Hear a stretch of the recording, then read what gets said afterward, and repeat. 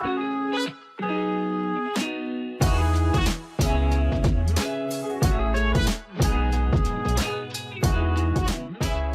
traders, Raghee here. Back on July 7, I did a video called The Light at the End of the Bottom. And in this update, I talked about all the reasons from a macroeconomic standpoint, from a price action standpoint, from a technical standpoint, that it was very likely that we are in a bottoming process. Not picking a bottom, but that we are in a bottoming process. And it continues to be. I mean, now fast forward nearly, not quite, but nearly, 20 days, fast forward, we are in, continuing to confirm, we are in that macroeconomic process of the Federal Reserve not only peaking at about a 3.25 to 3.5 target rate probability. I'm going to show you that here real quick.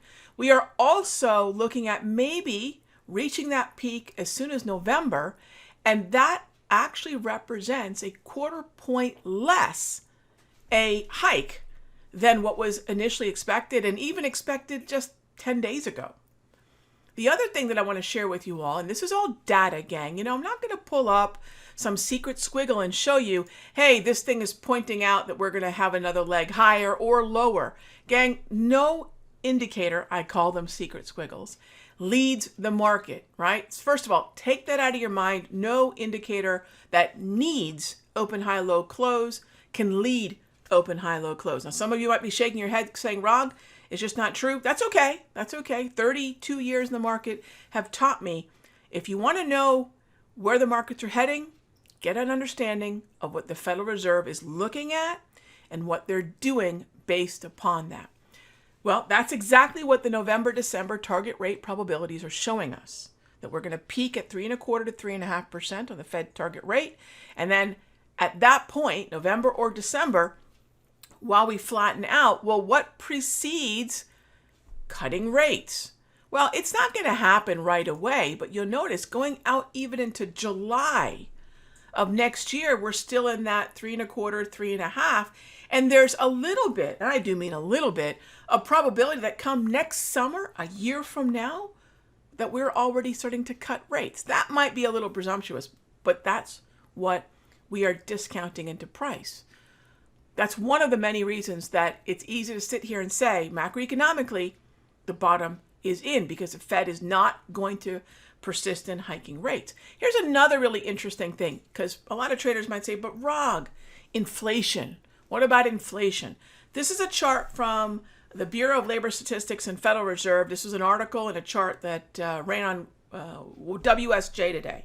And I really didn't, I just skimmed the article, but this image was great. This is the CPI, the Consumer Price Index, and M2. If you're not familiar with M2, it's one of my 4 macroeconomic pillars: inflation, growth, M2 money supply, monetary policy, and you can add a 5th beetle in there, and that's jobs.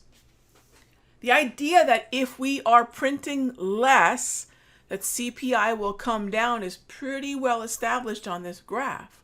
This is not correlation, gang. This is causation. If we're printing less, it would make sense that inflation should come down, because it's the printing more that got us here in the first place, right? Who didn't see that coming like a Mack truck? This proves that causation, right? So yes, it's going to take a little time for that peak in the CPI, right, to start dropping, but what's telling us the path of least resistance is lower? It's that M2 growth, right? That slowing printing, right? We're not printing as much. That's all we need to know. That's all inflation needs to know. So between the macroeconomic of the target rate probability, knowing when and what, like when are we going to reach that peak and what that peak is, add that to the Federal Reserve's #1 arch nemesis, inflation, which should be coming down. By the way, if I'm sharing this data with you, you better believe that all the number crunching nerds, and I mean that in the best way because I consider myself a nerd or a geek, whatever it is, know this too, right? This is not something that is an unknown, that if we don't print as much, maybe inflation starts to come down and maybe we don't have to hike as much. when we step back and take a look at the S&P, the Dow, the XLK, and a number of important high concentration weighted sectors, they are all still neutral on the weekly time frame. Some of them are neutral on the daily time frame, and they are above the 200 period exponential moving average also on the weekly. The weekly is the time frame that I use to build longer term positions. This is my roster of position trades or my portfolio. Notice that I'm not jumping out to a monthly. Gang, I'm going to tell you right now, nobody uses a monthly chart to do anything but maybe look back on tendencies, significant highs or lows, or just historical research for, where were we in 1983? That's a pain in the neck to pull up on a daily. It's difficult on a weekly. The monthly just facilitates that better. Be careful of anybody spending an inordinate amount of time showing trends in some of the most accommodative monetary policy in the history of humans and saying, well, look at this secret squiggle. It showed the uptrend, or look at this moving average, or what have you.